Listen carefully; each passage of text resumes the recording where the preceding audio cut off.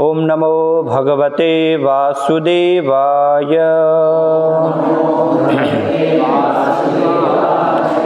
ओम नमो भगवते वासुदेवाय।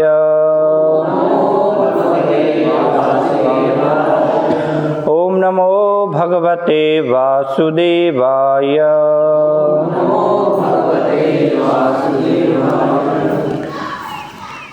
श्रीमद्भागवतम स्कंद 4 अध्याय 5 दक्ष के यज्ञ का विध्वंस।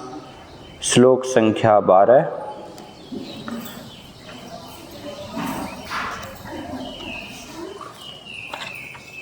बहु एवं उद्विग्नदृशा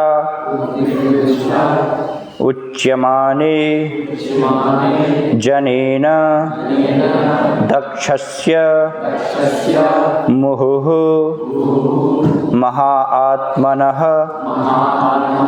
उत्पेतुः उत्पाततमाः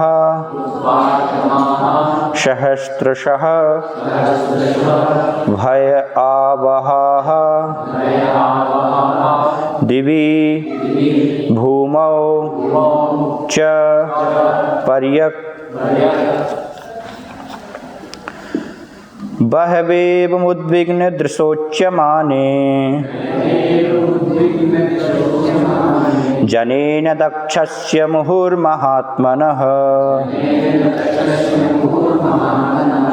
उत्पेतुरुत्पाततमः सहस्रशो भयावह दिवि भूमौ च पर्यक्। शब्दार्थ: बहु अनेक, एवं इस प्रकार, उद्विग्न दृशा कातर दृष्टि से, उच्यमाने जब ऐसा कहा जा रहा था, जनेन यज्ञ में एकत्र व्यक्तियों द्वारा, दक्षस्य दक्ष के, मुहुः पुनः पुनः, महाआत्मनः पुष्ट हृदय वाले, निडर, उत्पेतुः प्रकट हुआ, उत्पाततमाः अत्यंत प्रबल लक्षण, सहस्रशः हजारों, भय आवहाः भय उत्पन्न करने वाले, दिवि आकाश में, भूमौ भूमि पर, च तथा, पर्यक सभी दिशाओं से।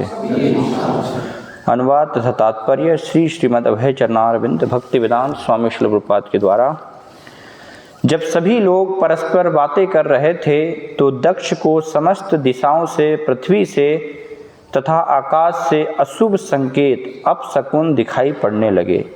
तात्पर्य: इस श्लोक में दक्ष को महात्मा कहा गया है। महात्मा शब्द की टीका विभिन्न टीकाकारों ने अपने अपने ढंग से की है। वीर राघव आचार्य ने संकेत किया है कि इस महात्मा शब्द का अर्थ स्थिर हृदय है। कहने का तात्पर्य यह है कि दक्ष इतना पुष्ट हृदय था कि पुत्री अपने प्राण देने को तत्पर थी, फिर भी वह हिला नहीं, स्थिर बना रहा। इतने पर भी जब उसने विराट श्याम असुर द्वारा उत्पन्न विभिन्न प्रकार के उत्पातों को देखा तो वह विचलित हो गया।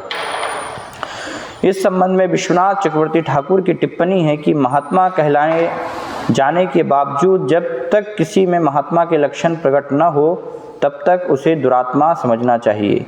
भगवद गीता 9:13 में महात्मा शब्द भगवान के शुद्ध भक्त के लिए आया है। महात्मा नस्तु माम पार्थ देवीं प्रकृतिमाश्रिताः।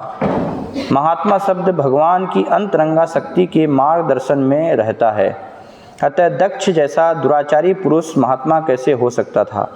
महात्मा में देवताओं के सभी सद्गुण होने चाहिए। अतः इन गुणों से विहीन दक्ष किस तरह महात्मा कहला सकता था? उसे तो दुरात्मा कहा जाना चाहिए। यहाँ पर यह शब्द व्यंग पूर्वक प्रयुक्त है। ओम अज्ञानतिमिरान्धस्य ज्ञानञ्जनशलाकया चक्षुन्मीलितं येन तस्मै श्रीगुरुवे नमः।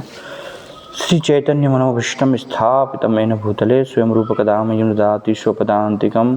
वन्देऽहं श्रीगुरो श्रीयुतपदकमलं श्रीगुरून् वैष्णवांश्च श्रीरूपं साग्रजातं सहगणरघुनाथान्वितं तं सजीवं साद्वैतं सावधूतं परिजनसहितं कृष्णचैतन्यदेवं श्रीराधाकृष्णपादान् सहगण ललिता श्रीविशाखान्वितांश्च।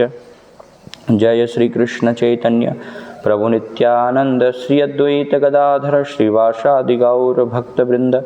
हरे कृष्णा कृष्ण कृष्ण हरे हरे, हरे राम राम राम हरे हरे। हरे कृष्णा।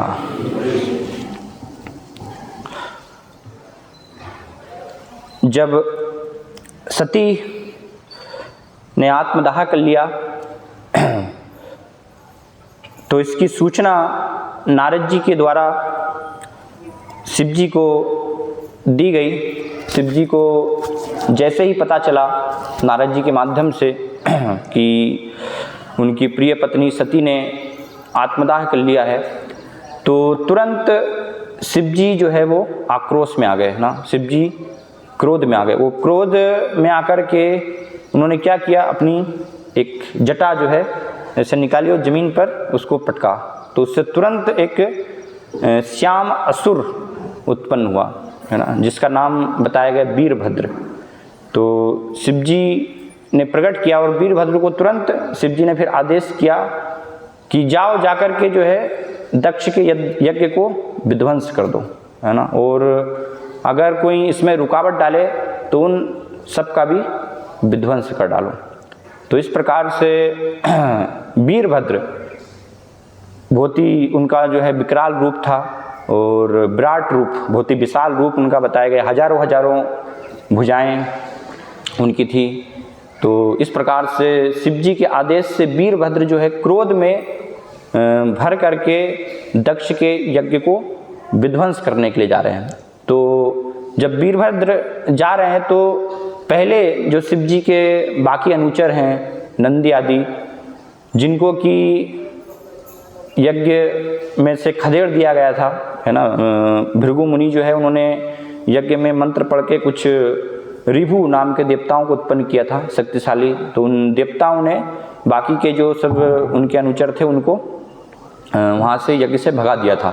लेकिन अभी वीरभद्र जो है शक्तिशाली हैं, तो वीरभद्र का सहयोग पाकर के उनके साथ जो है बाकी के भी अनुचर दोबारा से यज्ञ में वहाँ पर जो है सबका विनाश करने के लिए साथ में जाने लगे, है ना। तो एक प्रलय के जैसा जो है वहाँ पर स्थिति उत्पन्न हो गई, है ना। ऐसा लग रहा था पूरा आंधी तूफान चलना, है ना, अग्नि उत्पन्न होना। क्योंकि वास्तव में बताया गया है कि शिव जी का जो कार्य है वो क्या है, सृष्टि में संहार करना कार्य बताया गया है। जैसे ब्रह्मा जी सृष्टि का सृजन करते हैं, है ना, वास्तव में मूल सृष्टि भगवान के द्वारा होती है, लेकिन ब्रह्मा जी गौण जो सृष्टि है उसको करते हैं, फिर भगवान विष्णु पालन करते हैं और शिव जी के द्वारा संहार किया जाता है। तो शिव जी जब संहार करते हैं तो वो उनके अलग अलग रुद्र रूप बताए गए हैं, 11 रुद्र बताए गए हैं।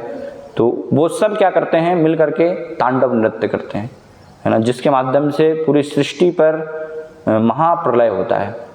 तो यहाँ पर एक सिर्फ जो है शिव जी के अनुचर, है ना, उनका कितना प्रभाव है कि उनके माध्यम से ये ऐसा लग रहा है कि सृष्टि में अब विनाश होने वाला है। तो अगर शिव जी और रुद्र मिलकर के जब करेंगे तो फिर उसका तो कितना प्रकोप होगा का हम कल्पना भी नहीं कर सकते, है ना। क्योंकि ब्रह्मा जी आगे वर्णन करेंगे कि देवता जब ब्रह्मा जी के पास जाते हैं तो ब्रह्मा जी उनको कहते हैं कि शिव जी की जो शक्ति है वो मैं भी अनुमान नहीं लगा सकता हूँ कि शिव जी वास्तव में कितने शक्तिशाली हैं, और तुम सब भी अनुमान नहीं लगा सकते हो शिव जी की शक्ति का, है ना, कि कितने वो शक्तिमान हैं वास्तव में। तो उनकी शक्ति का प्रदर्शन हम यहाँ पर देख सकते हैं कि एक उनके सेवक जो हैं वीरभद्र वो कितना प्रभाव दिखला रहे हैं। लेकिन ये प्रभाव ऐसे पूरी सृष्टि में नहीं हुआ, है ना। ये प्रभाव बस दक्ष का जो जहाँ पर यज्ञ हो रहा था वहीं पर प्रभाव दिखा। उनको ऐसा लगा, वहाँ के जो पूरा सब लोग थे उनको ऐसा लगा कि बस सब प्रलय होने वाला है। जैसे कई बार आपने देखा होगा है ना, एक जगह में ही जो है आंधी तूफान या बारिश होती है ना, उसके थोड़ी दूर आप जाएंगे तो आपको दिखेगा कि सूखा है बिल्कुल, यहाँ तो कुछ पानी नहीं गिर रहा है ना, थोड़ा बाहर निकलेंगे तो ऐसी स्थिति थी, क्योंकि विशेष रूप से दक्ष के यज्ञ को विध्वंस करने के लिए कार्य किया जा रहा था। तो श्रीमद् भागवतम के 12वें स्कंद में ऐसे अलग अलग प्रकार के जो यहाँ पर प्रलय की स्थिति उत्पन्न हो रही है, तो प्रलय का भी वहाँ पर वर्णन किया गया है। 4 प्रकार के प्रलय बताए गए हैं, स्थायी, नैमित्तिक, प्राकृतिक और आत्यंतिक प्रलय। तो ये 4 प्रकार के जो है प्रलय की कोटियों का वर्णन किया गया है। स्थायी प्रलय जो होता है वो क्या होता है, हर दिन हम अपने जीवन में उसको अनुभव कर सकते हैं। स्थायी प्रलय को काल के प्रभाव से हर क्षण हम देख रहे हैं कि हमारा जो है शरीर परिवर्तित हो रहा है। इस भौतिक जगत में हम सभी वस्तुओं में परिवर्तन देख सकते हैं। तो इनको कहा गया क्षणिक अर्थात स्थायी प्रलय। ये निरंतर होता रहता है, चलता रहता है। भगवान भगवद्गीता में वर्णन करते हैं, देहिनो यस्मिन् यथा देहे कौमारम यौवनम जरा तथा देहांतर प्राप्ति धीरस तत्र न मुह्यति। जैसे एक बालक होता है, बच्चा, फिर वो धीरे धीरे युवा अवस्था में आता है ना, युवावस्था से फिर वृद्धावस्था होती है, अंत में शरीर क्षीण होकर के फिर दूसरा शरीर उसको प्राप्त करना होता है। तो ये सब क्या है, हर दिन जो है स्थायी परिवर्तन हो रहा है ना। और वैज्ञानिक भी इसको स्वीकार करते हैं, है ना। उनका भी मानना है कि शरीर में हमारे जितने भी सब अलग अलग सेल्स होते हैं, है ना, तो 7 साल के अंदर सारे सेल्स क्या हो जाते हैं, परिवर्तित हो जाते हैं, है ना, पूरी तरह से चेंज हो जाते हैं। तो इसे स्थायी प्रलय कहा गया ना। ये निरंतर चलता रहता है, हर क्षण जो है ये चलता रहता है। फिर दूसरा नैमित्तिक प्रलय होता है। नैमित्तिक प्रलय अर्थात जब ब्रह्मा जी की रात्रि का समय आता है ना, तो ब्रह्मा जी के दिन का वर्णन किया गया है भगवद गीता में।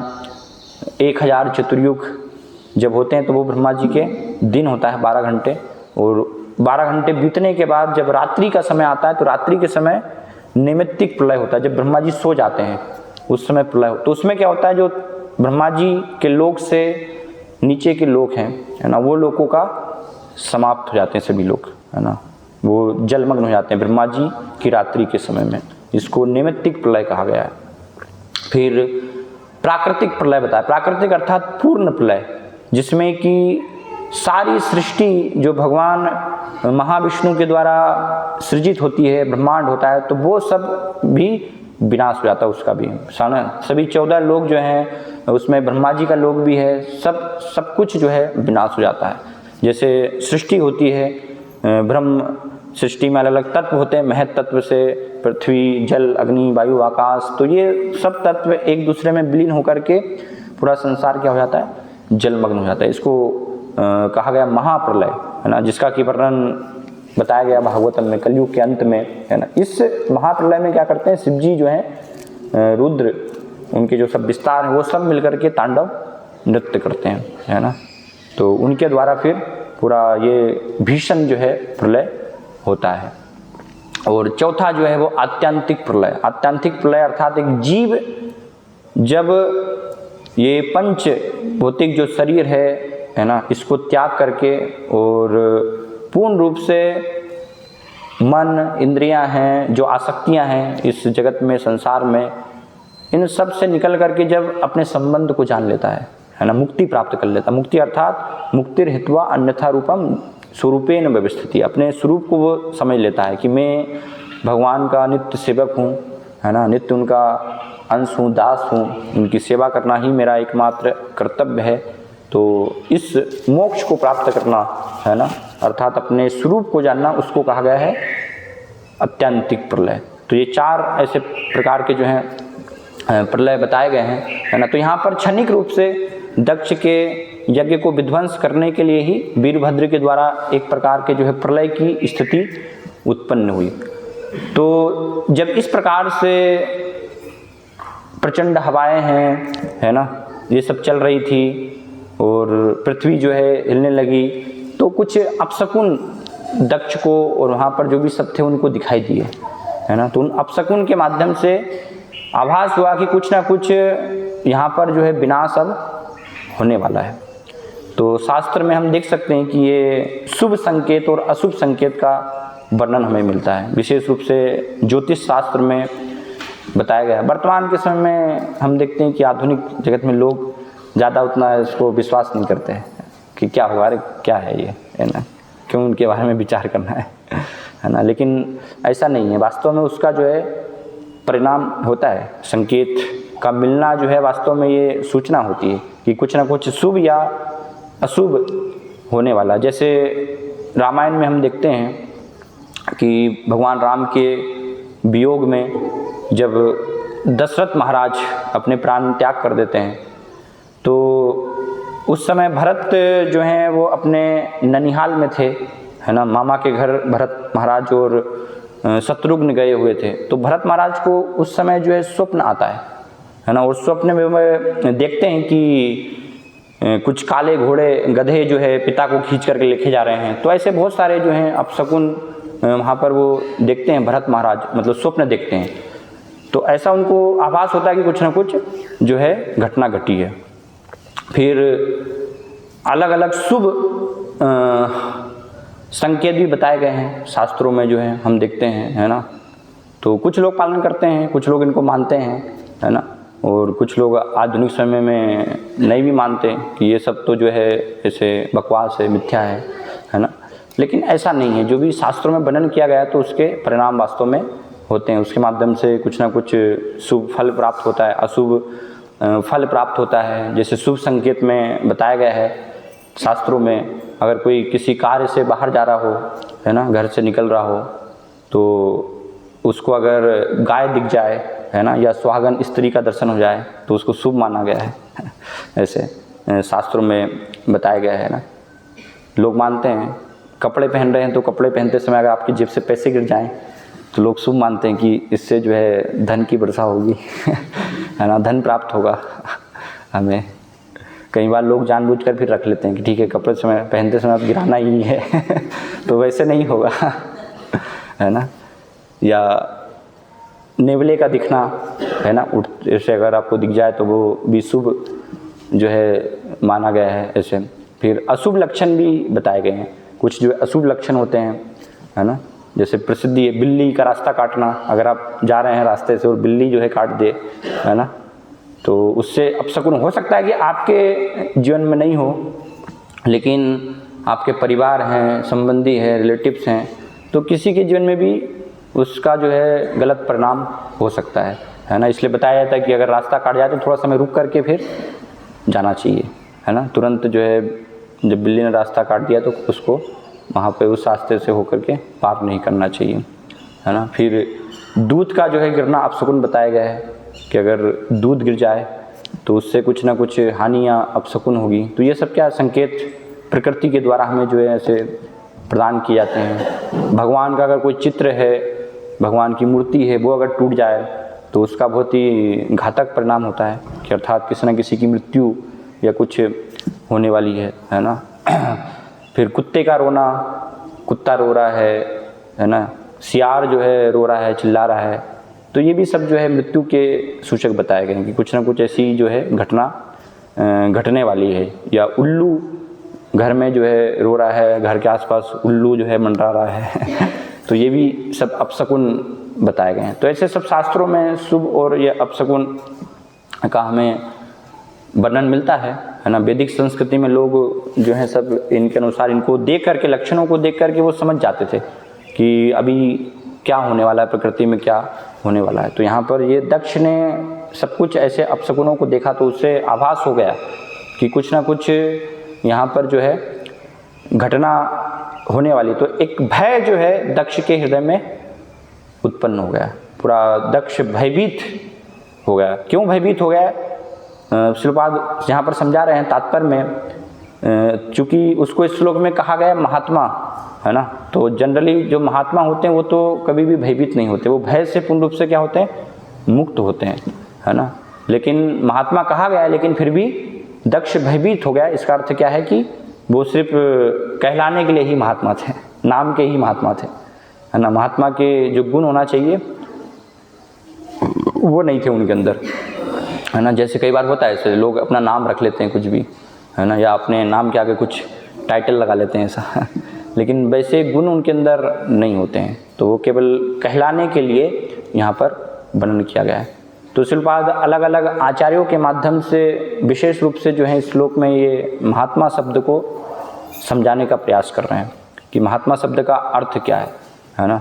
वैसे तो महात्मा जो होता है भगवान का भक्त है पूर्ण रूप से, उनको महात्मा कहा गया है, लेकिन यहाँ पर दक्ष को भी कहा गया, तो उसका अलग अलग आचार्य जो हैं वर्णन कर रहे हैं। विशेष रूप से श्रीपाद वीर राघव आचार्य दक्षिण भारत में श्री संप्रदाय में एक आचार्य हुए हैं वीर राघव आचार्य, तो बहुत महत्वपूर्ण उन्होंने श्रीमद् भागवतम पर टीकाएँ लिखी हैं। ऐसे कुछ जो टीकाएँ हैं श्रीपाद हम देखते हैं कि अपने तात्पर्यों में बार बार उल्लेख करते हैं, जैसे श्रीधर स्वामी हैं, है ना, जो कि भागवतम के प्रथम टीकाकार है।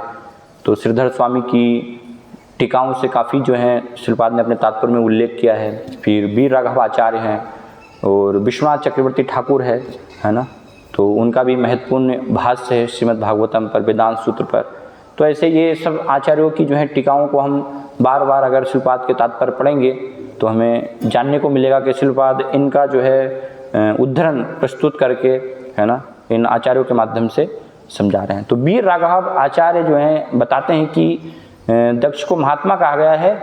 क्यों यहाँ पर कहा गया है, तो महात्मा शब्द का वो अर्थ बताते हैं, क्योंकि संस्कृत में क्या होते हैं, एक शब्द के बहुत सारे अर्थ होते हैं, है ना। किस स्थान पर कौन सा जो है उसका अर्थ लेना है वो हम एक प्रमाणिक गुरु आचार्यों के माध्यम से समझ सकते हैं, है ना। उसकी हम अपने विचार से अपना अर्थ वहाँ पर नहीं लगा सकते।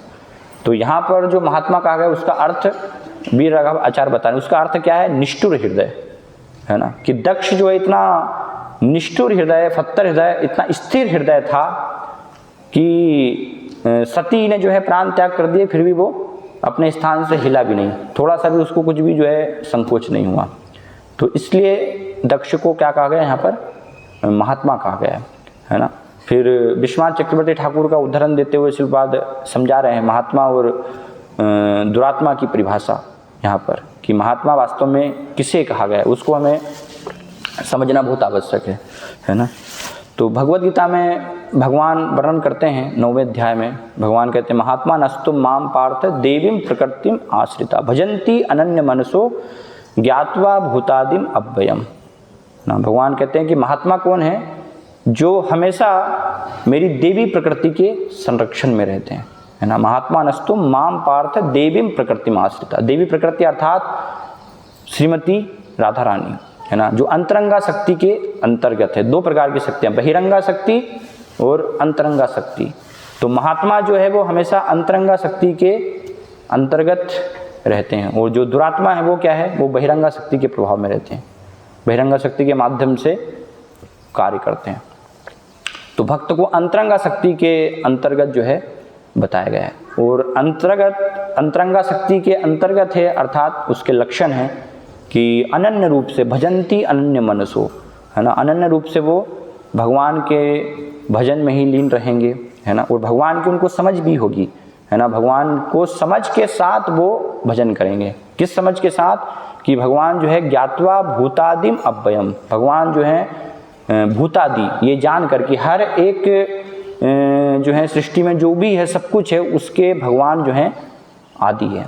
जन्माद्यस्य है, जैसे भागवतम में प्रथम श्लोक में ही वर्णन किया गया है कि भगवान हर एक वस्तु के जो हैं आदि हैं, हर एक चीज़ की जो है उनसे उत्पत्ति होती है। उपनिषदों में भी वर्णन किया गया है, यतो वा इमानि भूतानि जायन्ति येन जातानि जीवन्ति तत्पर्यंत अभिशम विसन्ति तद विजिज्ञासस तद ब्रह्म, कि वो ब्रह्म जिनसे जो है यतो वा इमानि भूतानि जायन्ति, हर चीज़ उत्पन्न हो रही है ना, जिनके द्वारा हर वस्तु जो है पालित हो रही है, और संहार के बाद हर वस्तु का जिनमें प्रवेश हो जाता है, सब कुछ भगवान में ही, महाविष्णु में ही विलीन हो जाती है। तो तद विजिज्ञासा तद ब्रह्म, वो जो है परम ब्रह्म है, उनके बारे में हमें जिज्ञासा करनी चाहिए।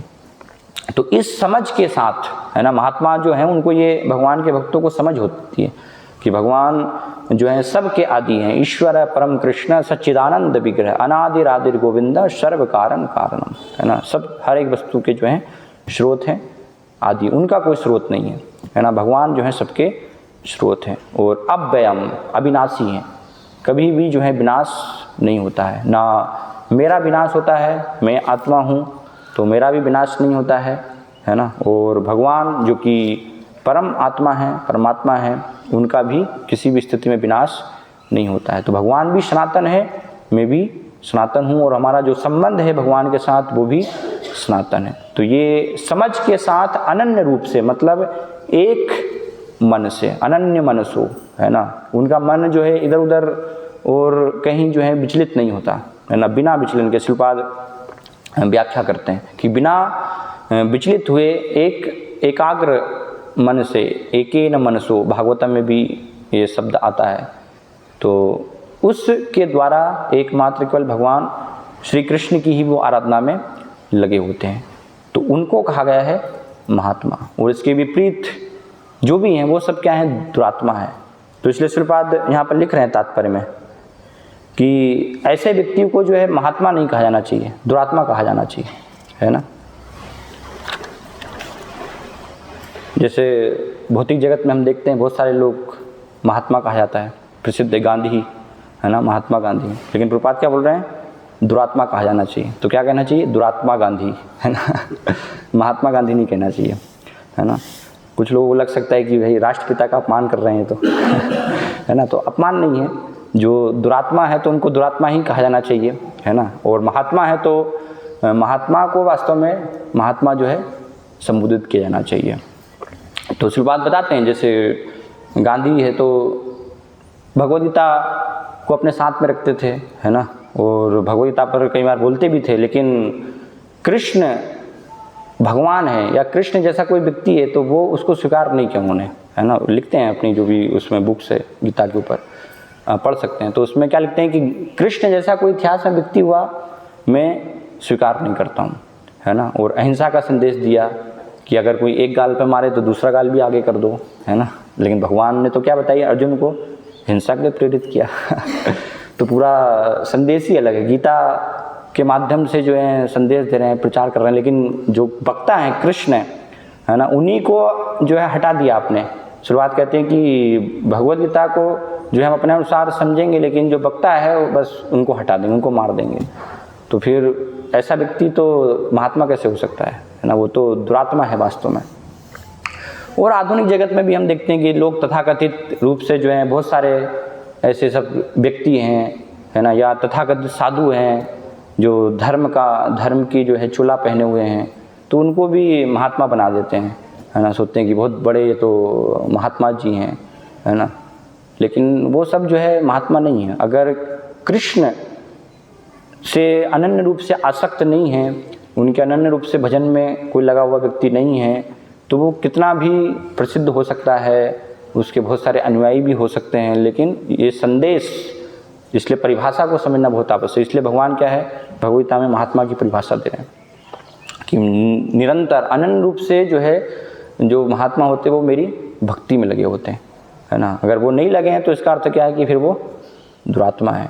केवल बाहरी रूप से हम उनको जो है ऐसे बोलने से वो महात्मा नहीं हो जाएंगे, है ना। तो आधुनिक समय में कितने सारे ऐसे, बहुत सारे जो पूरा संसार महात्माओं के नाम पर जो है वो सब दुरात्मा और भरा पड़ा है जो कि लोगों को ठग रहे हैं, है ना। कितने कितने सारे जो हैं, जो कि कृष्ण का संदेश है, भगवान की भक्ति है, तो उसके बारे में तो कुछ वर्णन है नहीं। लोग उनको जो है प्रसिद्ध कर देते हैं लोग वहाँ पर जो है, क्योंकि जानते नहीं हैं, समझते नहीं हैं कि वास्तव में कौन साधु है, कौन महात्मा है ना। तो कुछ भी थोड़ा बहुत कुछ बस किसी ने समस्या दूर कर दी, कुछ कर दिया, तो लोग सोचते हैं कि ये कितने बड़े महात्मा हैं, है ना, बहुत इनके आशीर्वाद से तो क्या क्या हो जाता है ना। जैसे देखिए बहुत सारे वर्तमान में जो है प्रसिद्ध अभी हो रहे, पहले भी थे कुछ जो है, तो वो तो अभी चले गए, है ना, उनका जो है पर्दाफाश हो गया। अभी भी कुछ जो है आ रहे हैं, एक आप देखेंगे तो कोई बागेश्वर धाम सरकार बहुत अभी चल रहा है ना। तो वो कोई भी व्यक्ति आता है तो उसके जीवन में क्या समस्या है वो पहले ही पर्ची में लिख के बता देते हैं कि देखो ये आपके जीवन में समस्या है ना। तो लगता है कि कितने बड़े ये महात्मा है ना। देखो हमारे मन की बात उन्होंने जो है जान ली, तो वो कोई बड़ी बात नहीं, वो तो थोड़ा बहुत कुछ सिद्धि उससे भी जो है जाना जा सकता है। है ना।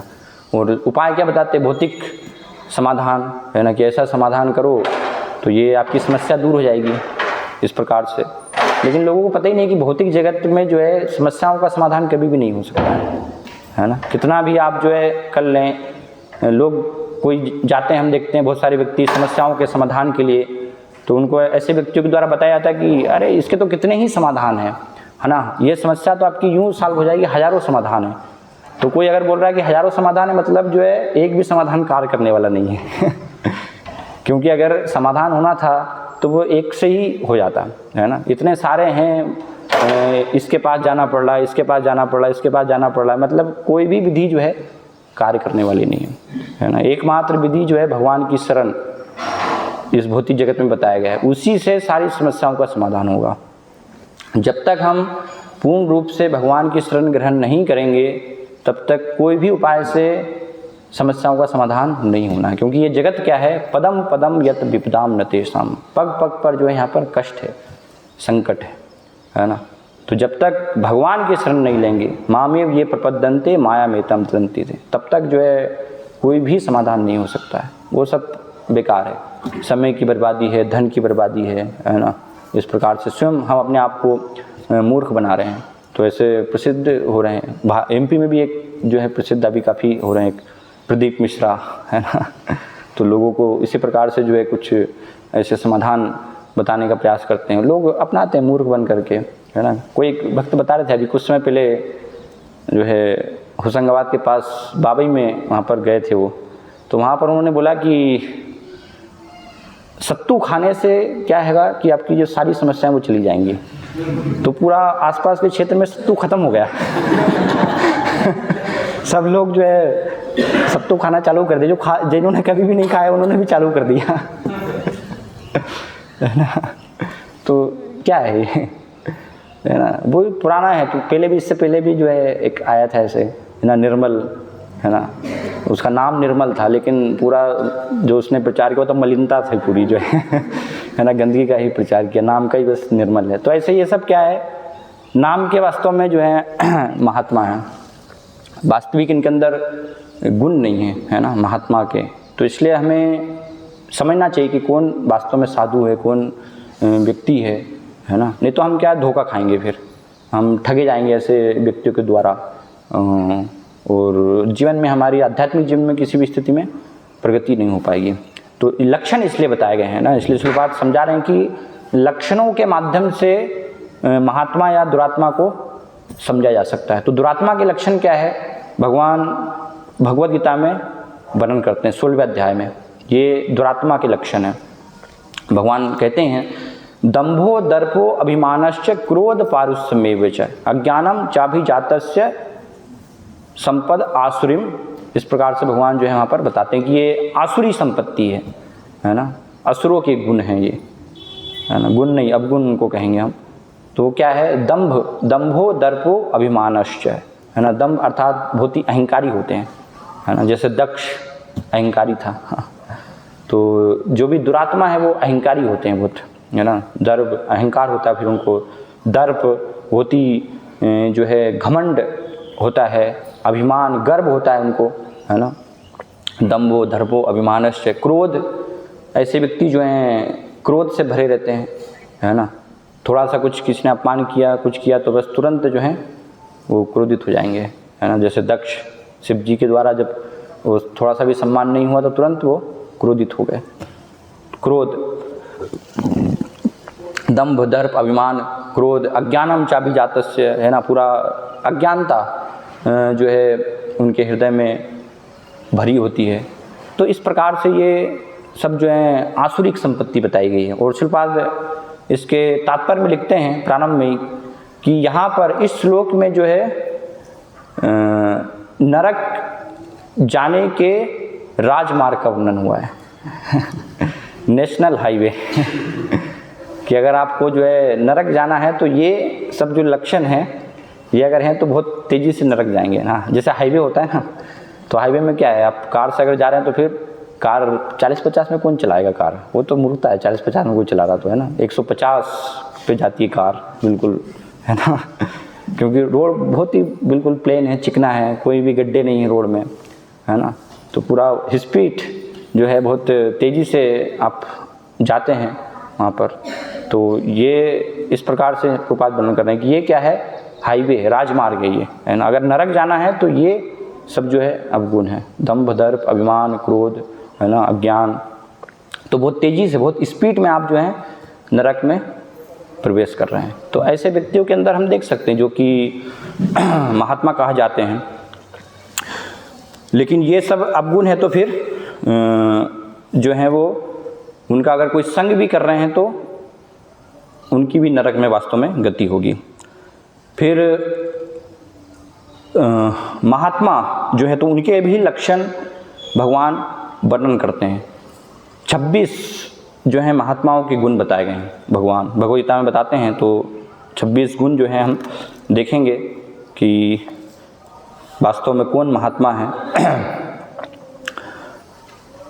तो भगवान कहते हैं अभयम सत्व संशुद्धिर ज्ञान योग व्यवस्थिति दानम दमश्च यज्ञश्च स्वाध्याय तप आर्जवम अहिंसा सत्यम क्रोधस्त्याग शांतिरपेशुनम दया भूतेष्वलोलुप्तम मार्दवम हीरचापलम तेज क्षमा धृति सोच मद्रोह नातिमानिता भवन्ति संपदम देवीम विजातस्य भारत। तो ये सब 26 गुण जो हैं ये भगवान वर्णन कर रहे हैं कि ये मेरे भक्तों के अंतर्गत होते हैं, महात्माओं के अंतर्गत होते हैं, है ना। तो इनको महात्मा कहा जाना चाहिए जिनके अंदर ये सभी गुण हैं। क्या है, अभयम, है ना, कि पूर्ण रूप से वो भय से सभी प्रकार के मुक्त होना चाहिए, है ना। अगर भय है तो इसका अर्थ है कि वो महात्मा नहीं हो सकते, क्योंकि जिसने भगवान के चरण कमलों की शरण ली है तो पूर्ण रूप से अभय हो जाएंगे, है ना, सारे भय से मुक्त हो जाएंगे। फिर अभयम सत्व संशुद्धिर, आत्मशुद्धि के लिए वो प्रयास करते हैं, कैसे सभी अनर्थों को हटाने के लिए, है ना। जो अहंकार है, गर्व है, अभिमान है, ईर्ष्या, द्वेष, है ना, काम, क्रोध, तो इन सब को हटाने के लिए अपने स्वयं का शुद्धिकरण करने के प्रयास में लगे होते हैं, है ना, आत्मशुद्धि। फिर ज्ञान योग व्यवस्थिति, ज्ञान लेने का प्रयास करते हैं, और योग अर्थात व्यवहारिक रूप से उसको अपने जीवन में परिणत करना, तो इसमें इसके अनुशीलन में वो लगे होते हैं। फिर दानम, दान देना, श्रीपाद समझाते हैं विशेष रूप से गृहस्थों के लिए शास्त्र में जो है दान देने का वर्णन किया गया है। तो उन्हें अपना जो है 50% कृष्ण महामनामत आंदोलन, है ना, भगवान के भक्ति के प्रचार के लिए दान देना चाहिए, दानम। फिर आत्मसंयम, दम, मन पर संयम होना, है ना, इस प्रकार से यज्ञ परायणता, यज्ञ करना, कलयुग में संकीर्तन यज्ञ, भगवान के नाम का कीर्तन करना, इस प्रकार से। फिर स्वाध्याय, वेदाध्ययन, शास्त्रों का अध्ययन, है ना, भगवद गीता, श्रीमद् भागवतम, शिल्पवाद ने बहुत सारे जो हैं ग्रंथ लिखे हैं, तो इस प्रकार से उनका अध्ययन करना, वेदाध्ययन बताया गया है। तपस्या, है ना, तपस्या में लगा होना, जीवन में कुछ जो है स्वेच्छा से भगवान को जो प्रिय है वो तपस्या स्वीकार करना, है ना। जैसे शिल्पवाद बताते हैं सुबह उठना अच्छा नहीं लगता, सोना अच्छा लगता है, लेकिन भगवान को प्रसन्न करने के लिए है तो फिर वो तपस्या हमें स्वीकार करनी चाहिए, है ना। जल्दी उठना चाहिए ब्रह्म मुहूर्त में 4 बजे, है ना, और सिर्फ कृष्ण प्रसाद ही हमें ग्रहण करना है ना, बाहर का कुछ भी नहीं खाना है। तो ये सब तपस्या लग सकती है, लेकिन इसको ग्रहण करना है स्वेच्छा से। तपस्या, सरलता, बहुत ही सरल जो है जीवन होना चाहिए, है ना, कपटी जीवन नहीं होना चाहिए, है ना, कि अंदर है कुछ और बाहर हम कुछ जो है प्रदर्शित कर रहे हैं, है ना, अंदर बाहर दोनों से एक तरफ, आर्जवम इसको कहा गया है, सरल जीवन, है ना। सरलता दिखनी चाहिए कि हाँ व्यक्ति वो देख करके समझ में आता है कि ये इनके अंदर जो है मन में कपट नहीं है ना, अंदर बाहर दोनों तरफ से ये एक है। तो इस प्रकार से सरलता का गुण उनमें होता है। फिर अहिंसा, है ना, अहिंसा, व्यर्थ जो है वो हिंसा नहीं करते हैं, किसी भी प्रकार से अपने जीवन में अहिंसा का पालन करते हैं, तो ये उनके अंदर गुण होता है।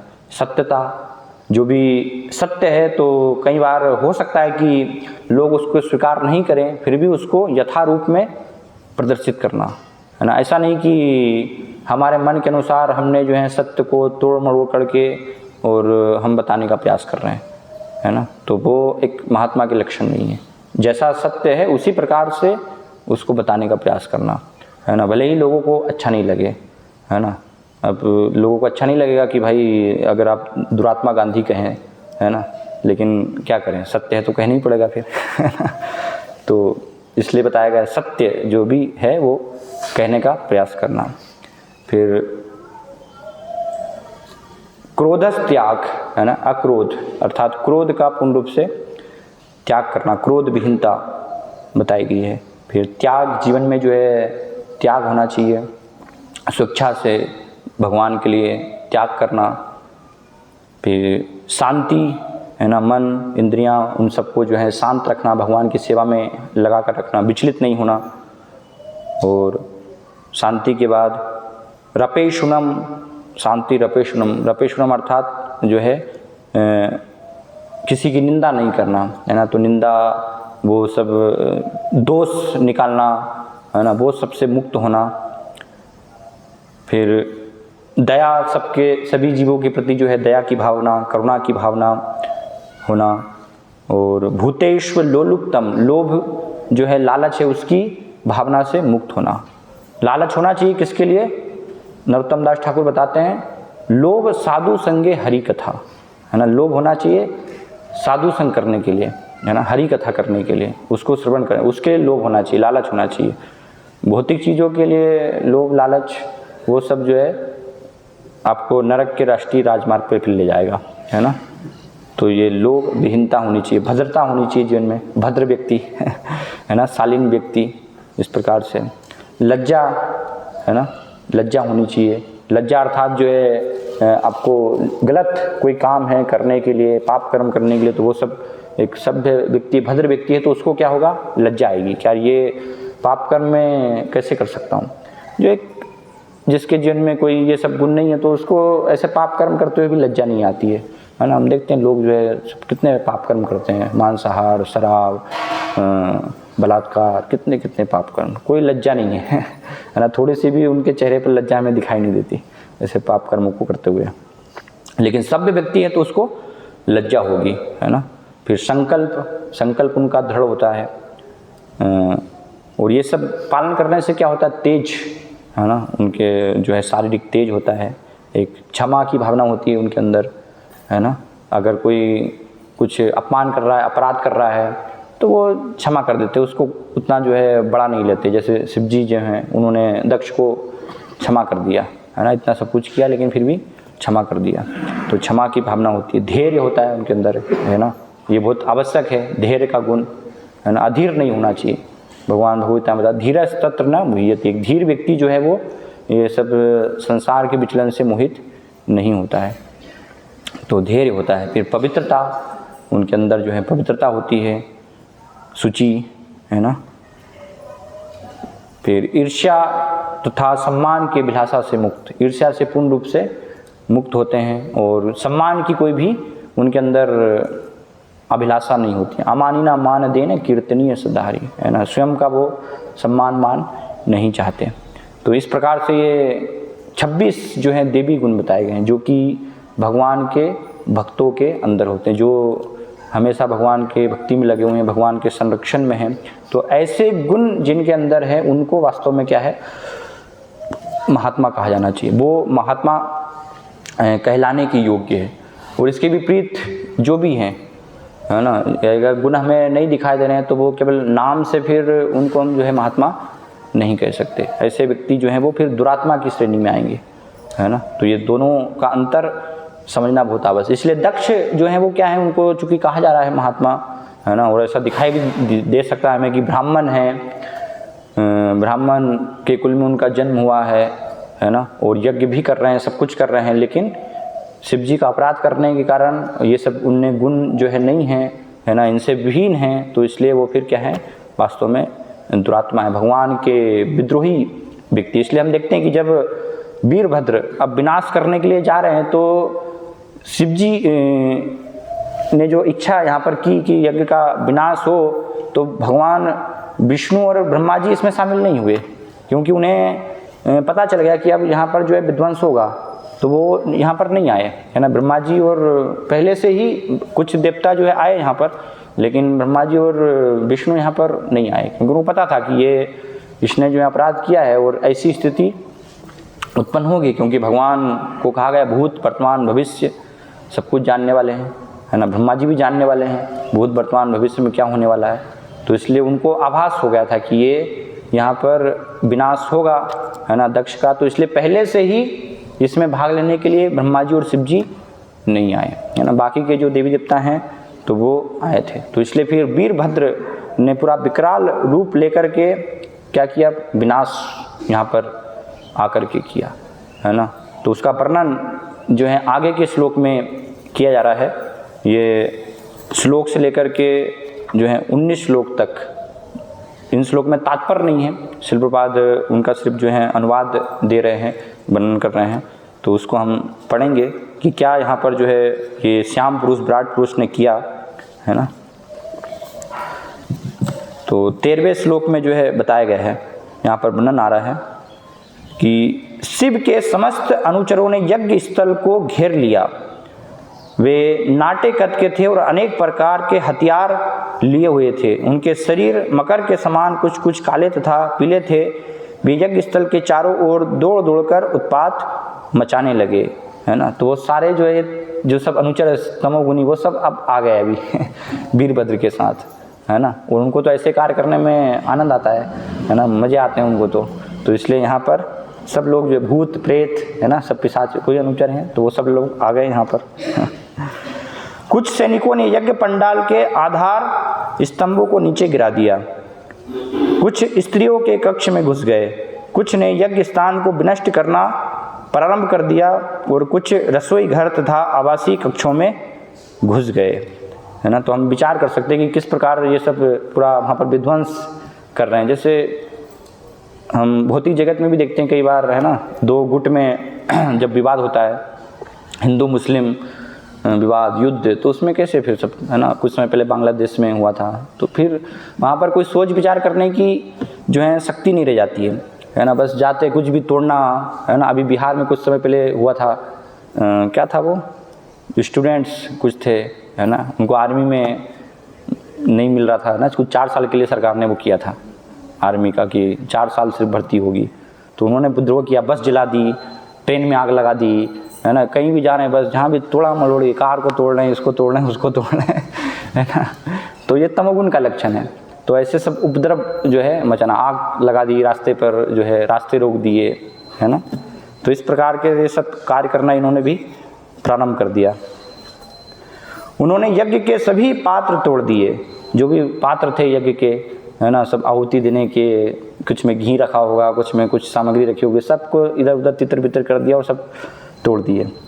उनमें से कुछ यज्ञ अग्नि को बुझाने लगे, कुछ एक ने तो यज्ञ की सीमांकन मिथिलाएं तोड़ दिए और कुछ ने यज्ञ स्थल में पेशाब कर दिया है ना। तो ये सब तमोगुनी ऐसे भूत पिशाच इनका सब कार्य।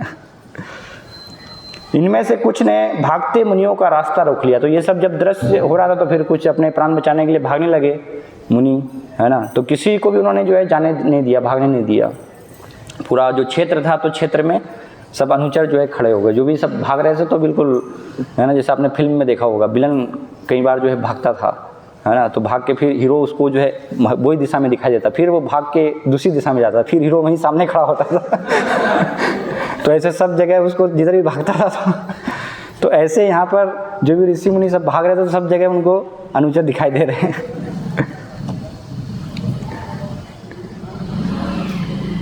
इनमें से कुछ ने भागते मुनियों का रास्ता रोक लिया। किन्हीं ने वहां पर एकत्र स्त्रियों को डराया धमकाया और कुछ ने पंडाल से भागते हुए देवताओं को बंदी बना लिया।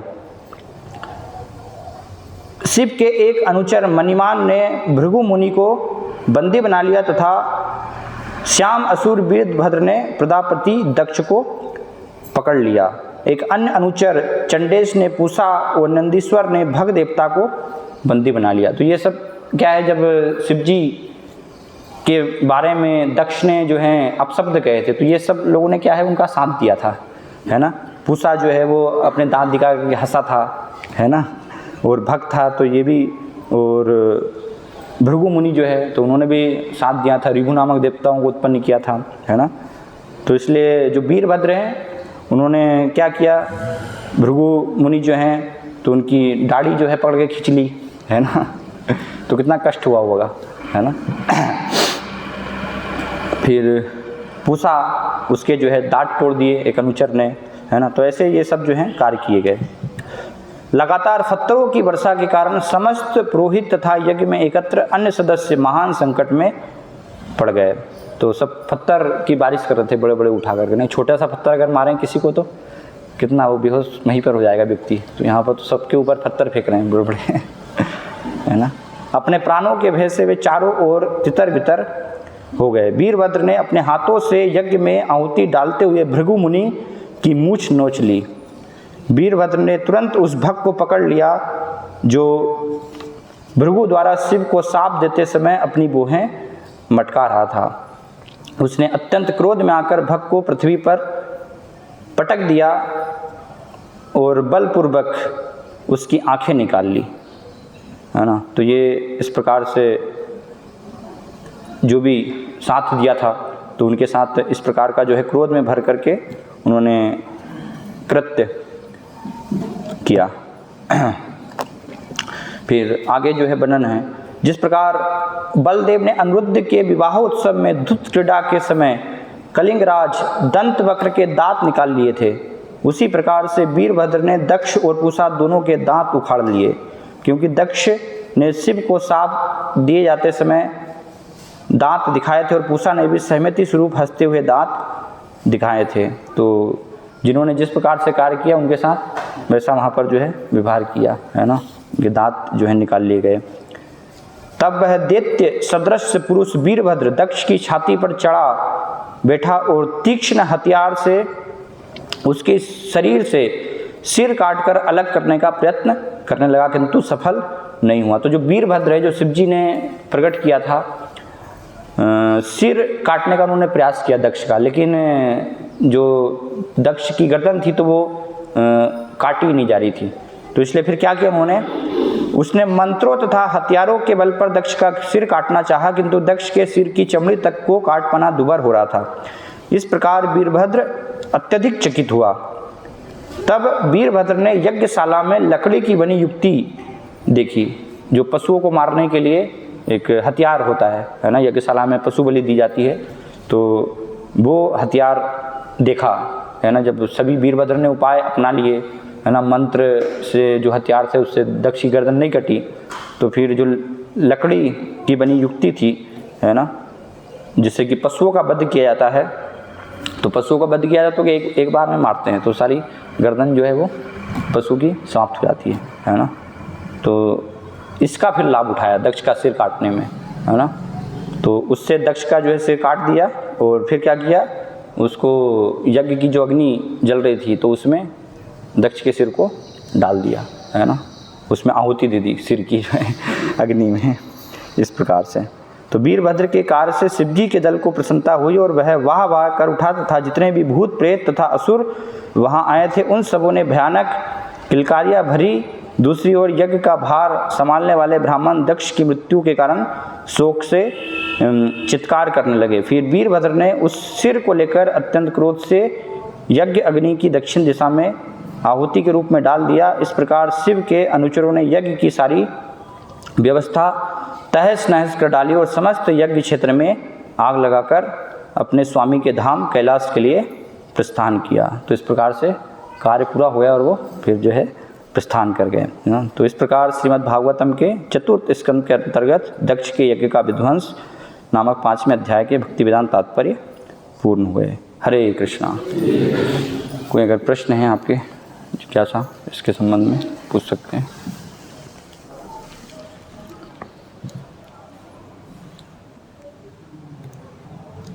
यशपू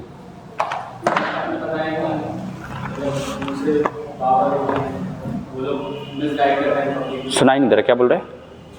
तो जैसे आपने बताया कि दूसरे जो लोग अध्यात्म के बारे में लोगों को बता रहे हैं, उनको मिसगाइड कर रहे हैं शास्त्रों के बारे में, तो वो लोग बोल सकते हैं कि आप किस आधार पर बोल रहे हैं, आप लोग नहीं बता रहे हैं। हाँ, उनको क्या जवाब है? शास्त्र आधार है ना उसके लिए। हर जो विषय है, कोई भी अपने मन से कुछ बोल सकता है, मैं अपने मन से कुछ बोल सकता हूँ, आप कुछ बोल सकते हैं, लेकिन उसका कोई महत्व नहीं है ना। शास्त्र सर्वोपरि बताया गया, शास्त्र को सभी प्रकार के श्रेणी के लोग स्वीकार करेंगे। अगर कोई व्यक्ति शास्त्र को स्वीकार नहीं कर रहा है तो उसको तो फिर नास्तिक कहा जाएगा। ऐसे व्यक्ति से तो फिर आप बात नहीं कर सकते हैं, है ना। तो शास्त्र, कोई भी अगर विषय पर चर्चा हो रही है, कुछ भी हो रहा है, तो वो तो शास्त्र उसके लिए प्रमाण है ना। तो ठीक है, आप अगर ऐसा कह रहे हैं तो उसके लिए फिर दीजिए, शास्त्र से आधार दीजिए, कौन से शास्त्र में बताया गया है ना, कहाँ पर जो इस प्रकार से वर्णन किया गया है। तो जब शास्त्र के आधार पर चर्चा होगी तो ऐसे जो बुद्धिमान व्यक्ति होंगे वो समझ जाएंगे, है ना, वो उसको स्वीकार करेंगे कि हाँ, भगवद गीता भागवतम में जिस प्रकार से जो बताया गया है वो कैसे सर्वश्रेष्ठ है ना, भगवान जो बता रहे हैं वो कैसे सही है, तो उनको समझ में आएगा। और जो शास्त्र को नहीं समझ रहे हैं, बस कुछ भी कहीं से सुन लिया है, अपने मन से बात कर रहे हैं, तो उसका तो कोई आधार नहीं है ना। साधारणतः तो क्या होता है, लोग जो है बस टीवी से सुन लेते हैं, जान लेते हैं, लोग सोचते हैं बस यही सत्य है ना, इसी को मानते हैं कि हाँ देखो ये ऐसा है, ऐसा है, तो चलन चला आ रहा होता है ना। लेकिन शास्त्र में क्या बताया गया लोग उसको नहीं जानते हैं, क्योंकि पढ़ते नहीं हैं, है ना, तो पता कैसे चलेगा। तो इसलिए अगर बुद्धिमान व्यक्ति है, कोई समझेगा, शास्त्र से जानेगा, तो फिर उसको वास्तविकता का ज्ञान होगा।